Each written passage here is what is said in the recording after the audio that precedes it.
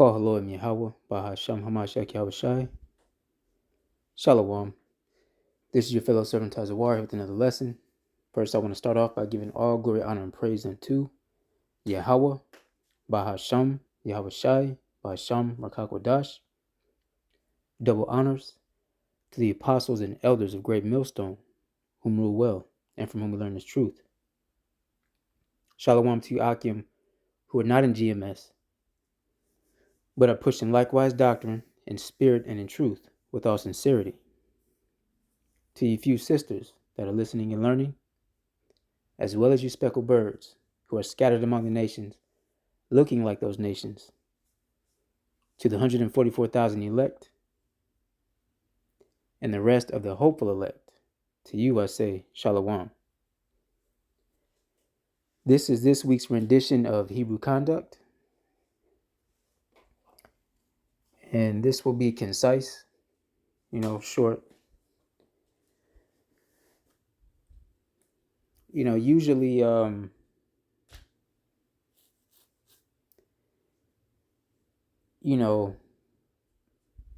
we reference the scriptures for everything, as we should.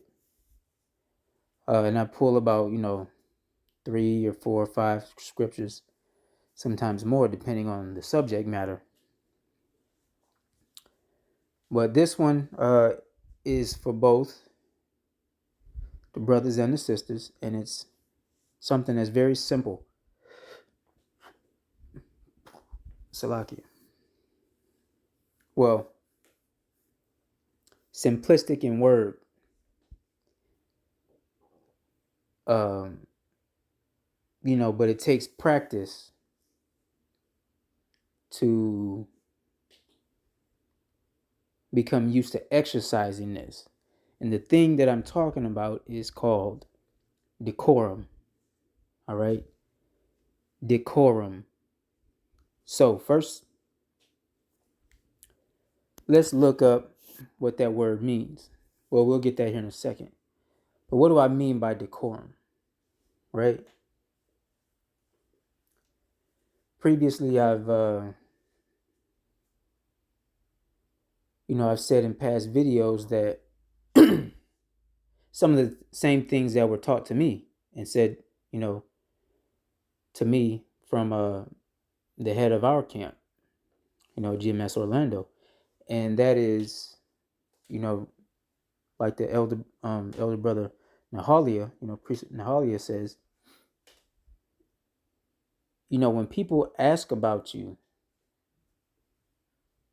whether that be at your job, some of your relatives, friends, or whatever, generally speaking, they should have a good report. You should have a good report. All right. Meaning, more times than not, people should speak highly of you. Now, we know that this may vary from person to person, because some brothers come from a rocky past, and we've all done things we're not proud of, myself included, right?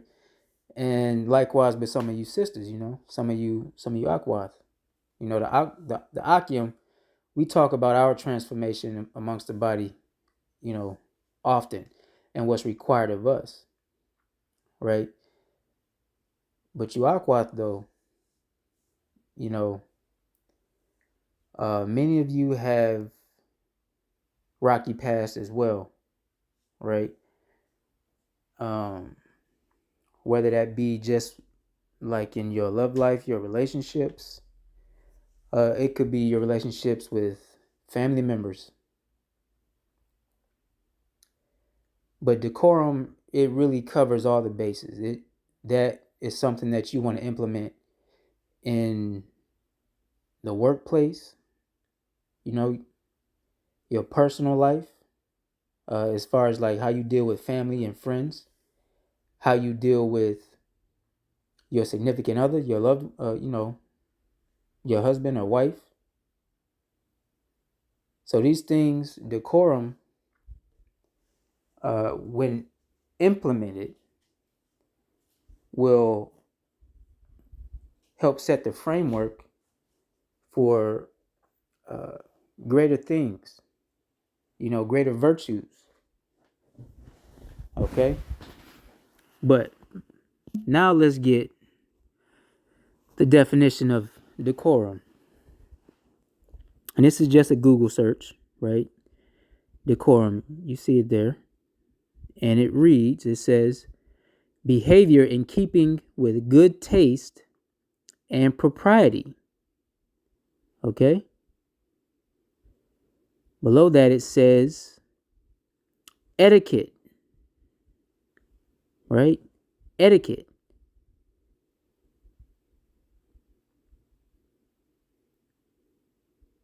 Protocol, right? Similar words. Archaic, it says a particular requirement of good taste and propriety. Let's grab this word propriety. And it says the state or quality of conforming to conventionality. All right. Oh, conventionally, Salakia, accepted standards of behavior or morals. Okay. And as we know, the propriety of the day of this time has, it's on it's in the ICU unit, man. It's on life support. Because the morals that our parents and grandparents came up under, having some level of shamefacedness and humility, right? A lot of that has gone out the window on both sides, the men and the women. Okay?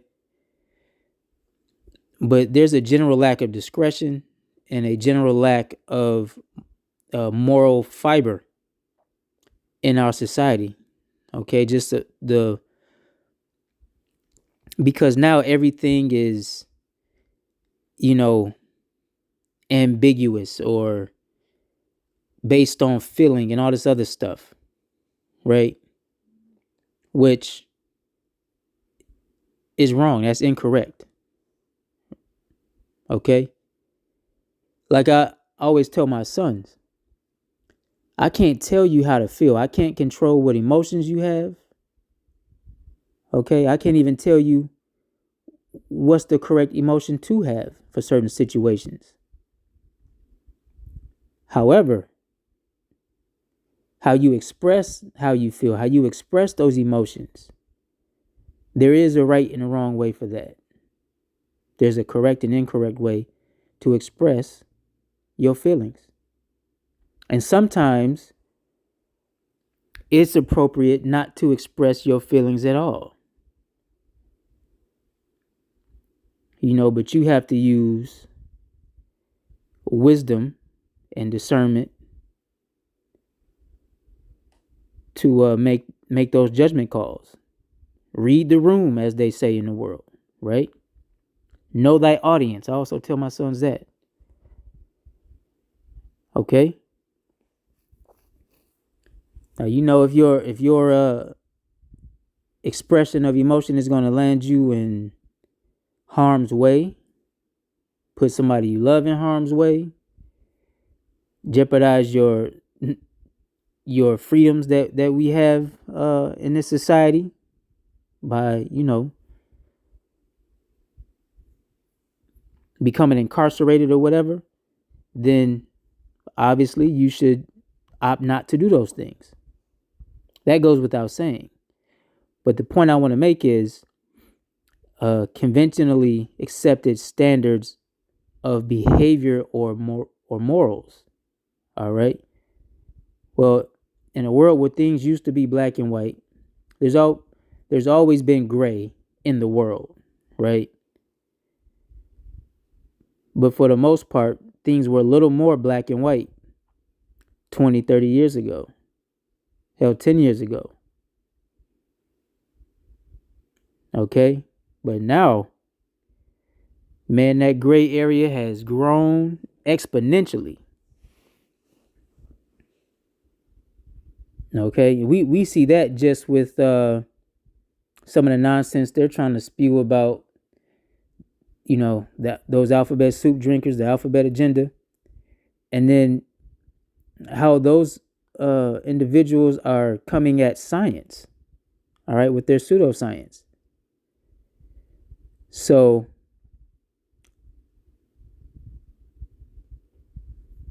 it can be kind of scary out here for those that don't have a grounded faith in Yahweh Ba'ashem Yahweh Shai. All right.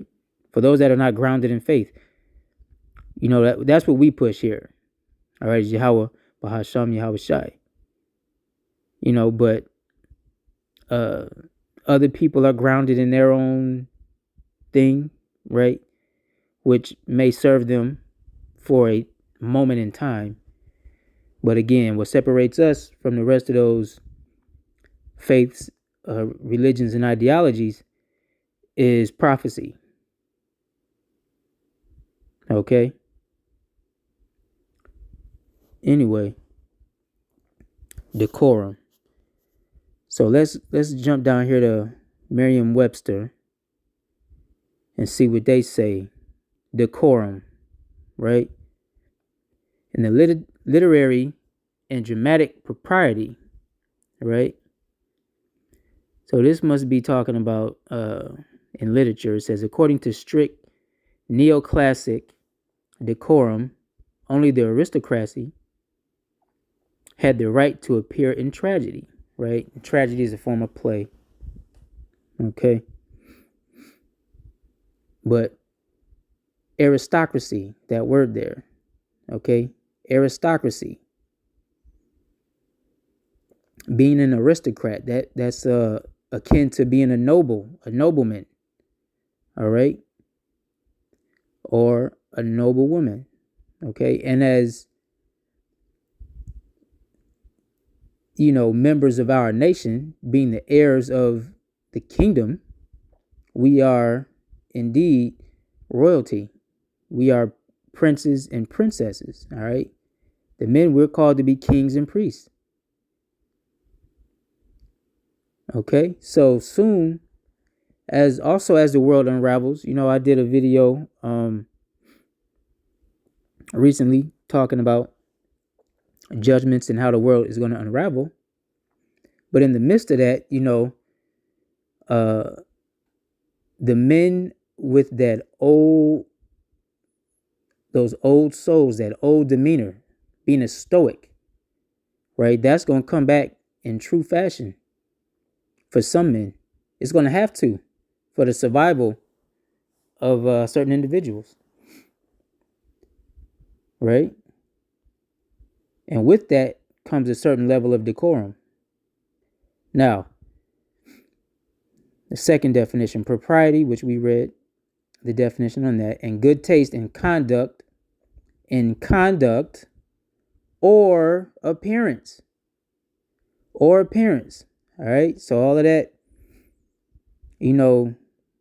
sagging and walking around with your pants hanging off your ass, whether it's like the 1990s swag where you got the loose, or if it's that new thing where you sagging skinny jeans, which Jake, man, come on, bro. I don't understand that for nothing. All right. Appearance as well as conduct. Okay.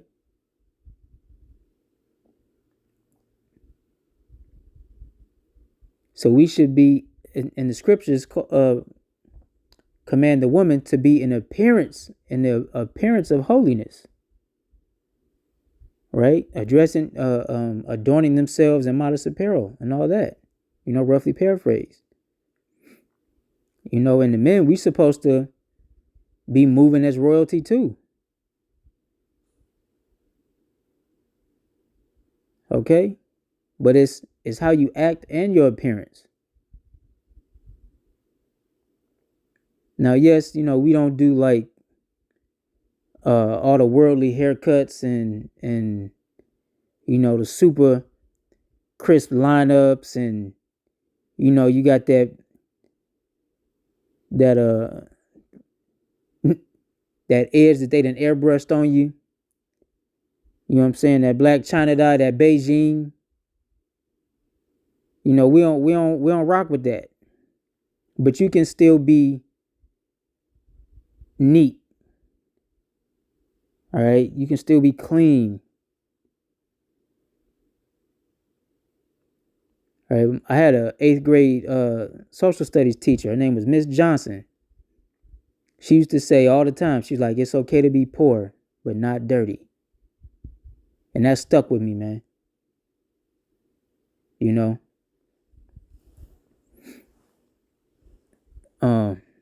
Again, that's a level of decorum.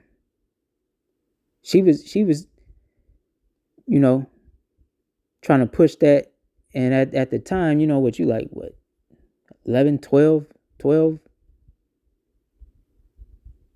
13 in 8th grade, somewhere in there. Right? Not understanding those things yet. Definition 3, orderliness. Right? Orderliness. One word definition. Beautiful.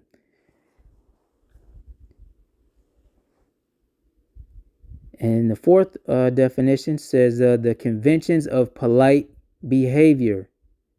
All right, so conduct.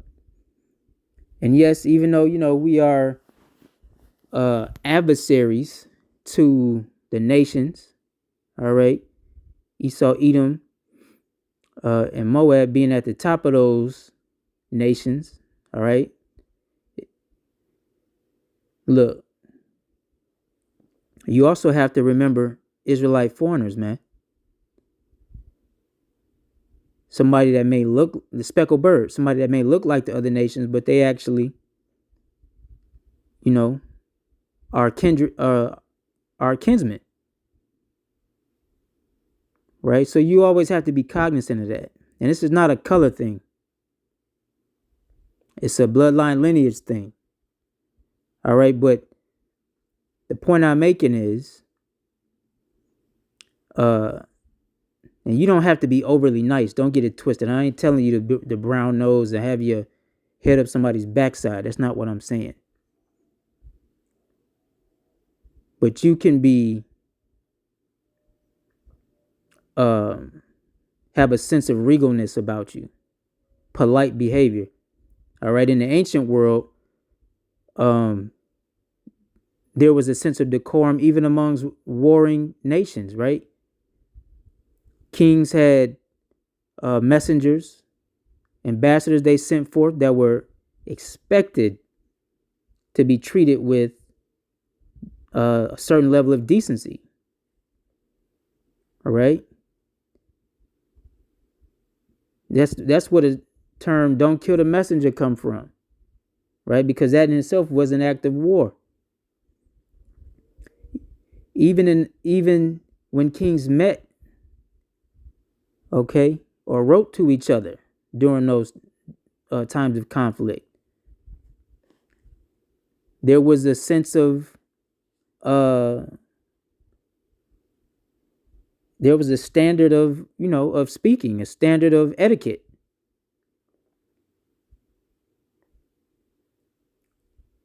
Okay, so the point I'm making is you don't always have to like somebody, right? But you can carry yourself in a manner. Again, your report should be, pretty good. You ain't got to be friendly with everybody. Everybody don't have to like you, but they shouldn't have, 11, 10, 11 million things. They shouldn't even have, really, they shouldn't even have 3 or 4 things negative to say about you, to be honest. But anyway, that's the point on those definitions. Now, we got to grab something. So let's go to, let's grab Romans 13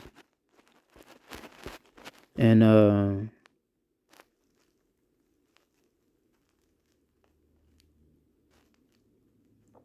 12.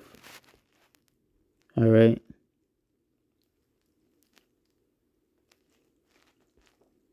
Well, I start at 11, so I got that highlighted. The point is in 12 and 13.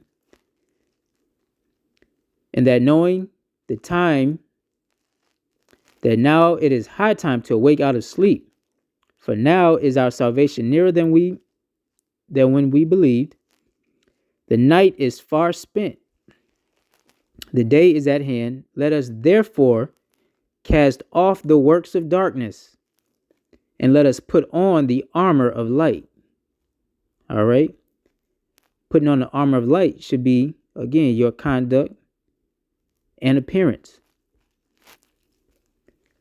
Let us walk honestly as in the day, not in rioting and drunkenness, not in chambering and wantonness, not in strife and envying.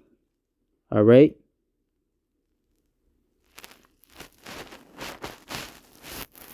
So, again, we shouldn't be walking around drunk.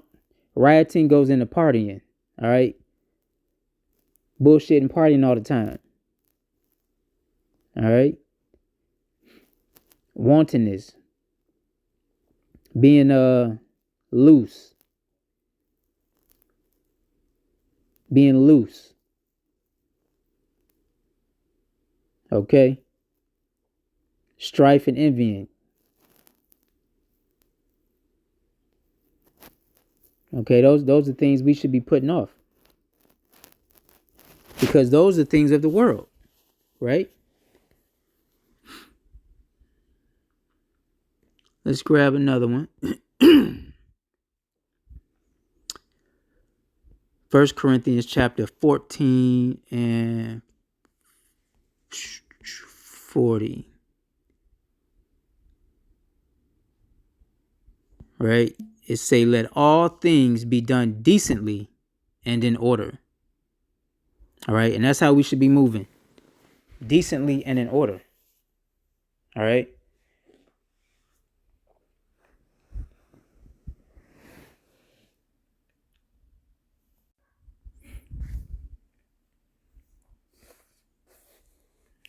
So, matter of fact, right here, it's in the NLT, it say, be sure that everything is done properly and in order. Let's jump back one.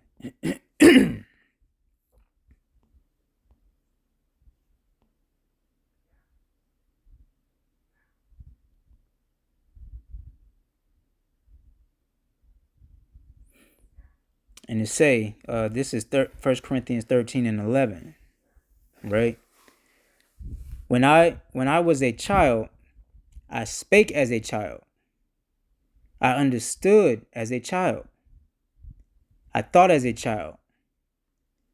But when I became a man, I put away childish things. All right? So all things need to be done decently and in order. And that means we receive criticism well also. Okay?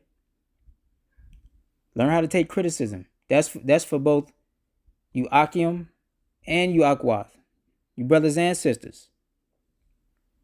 Okay? Because maybe the Lord is putting something on a person's spirit for your benefit.